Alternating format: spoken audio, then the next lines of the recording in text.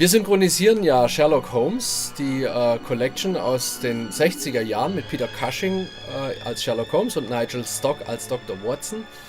Doch neben der Synchronisation müssen wir auch noch die IT-Spur produzieren, denn es gibt keine IT-Spuren. Die schnipseln wir uns quasi selber zusammen. Wir füllen die Dialogpassagen quasi füllen wir mit Rauschen zunächst mal auf.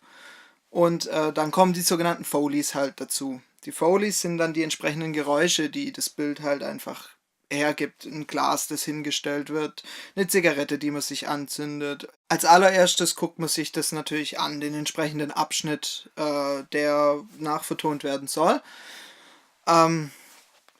Welche Intensität die Geräusche haben, wie viel Equipment man braucht. Kann man es alleine machen oder braucht man 2 Leute beispielsweise? Und wenn man sich da angeguckt hat, ein oder mehrmals, je nachdem, dann startet einfach die Aufnahme und man spielt quasi live die Geräusche einfach nach, die man sieht. Das ist ein bisschen wie beim Synchronsprechen auch, bloß dass man halt nicht nichts sagt, sondern dass man halt einfach die Geräusche macht. Danke.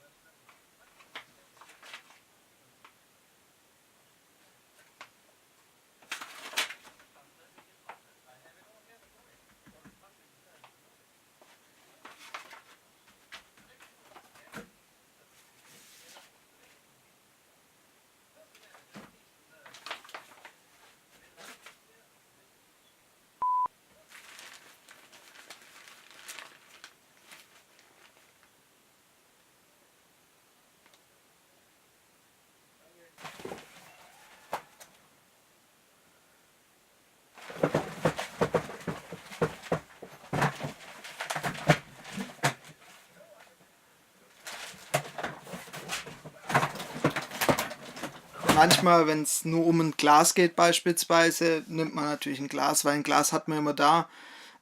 Jetzt hier im Sherlock Holmes war zum Beispiel eine Szene, wo einer einen Sattel geputzt hat. Und einen Sattel hat man im Normalfall nicht im Studio.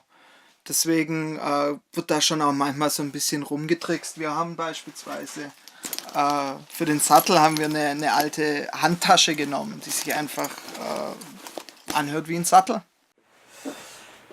Und bitte. I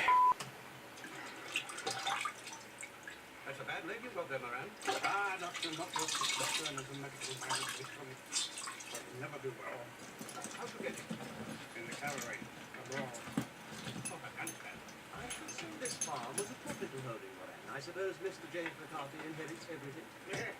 What's there to inherit? McCarthy never owned this place. He had it from Mr. Turner. Huh? His old friend who was idiot. McCarthy rented the farm from Mr. Turner. Yeah. He never paid her rent. Was mich persönlich an den Foleys fasziniert, ist so ein bisschen, ich spiele selber auch Schlagzeug und die Foleys sind für mich so ein bisschen das Rhythmusinstrument des Films und auch eben dieses Feingefühl, das man braucht für das Ganze. Ist auch ziemlich faszinierend. Ein Glas abstellen ist nicht gleich ein Glas abstellen, sondern man kann es stärker auf den Tisch stellen, man kann es noch ein bisschen danach rücken müssen, man kann es ein bisschen schwächer auf den Tisch stellen, alles Mögliche.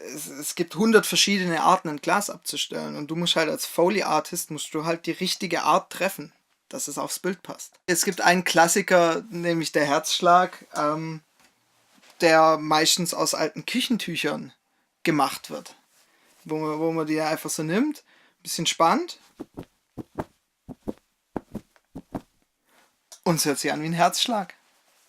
Eine ziemlich große Besonderheit dieser Serie ist natürlich das Alter. Die Serie ist ja keine Serie aus der heutigen Zeit, sondern das ist ja praktisch eine Serie, die in den 60er Jahren gedreht wurde und aller Wahrscheinlichkeit nach auch in den 60er Jahren synchronisiert worden wäre. Das heißt für uns als Herausforderung, nicht nur im Klang die 60er Jahre nachzubilden, sondern möglichst auch im Tonfall, auch in den Wörtern, in den Begriffen, die man wählt beim Synchronisieren. und natürlich auch in der Stimmzusammensetzung. Also das gesamte Stimmensemble ist natürlich schon auch sehr wichtig, dass es halt eben entsprechend auch so ein bisschen diesen alten Sound auch entsprechend mitbringt. Wir haben ja Gott sei Dank nicht nur Arbeit bei dieser Produktion, sondern auch Spaß, jede Menge.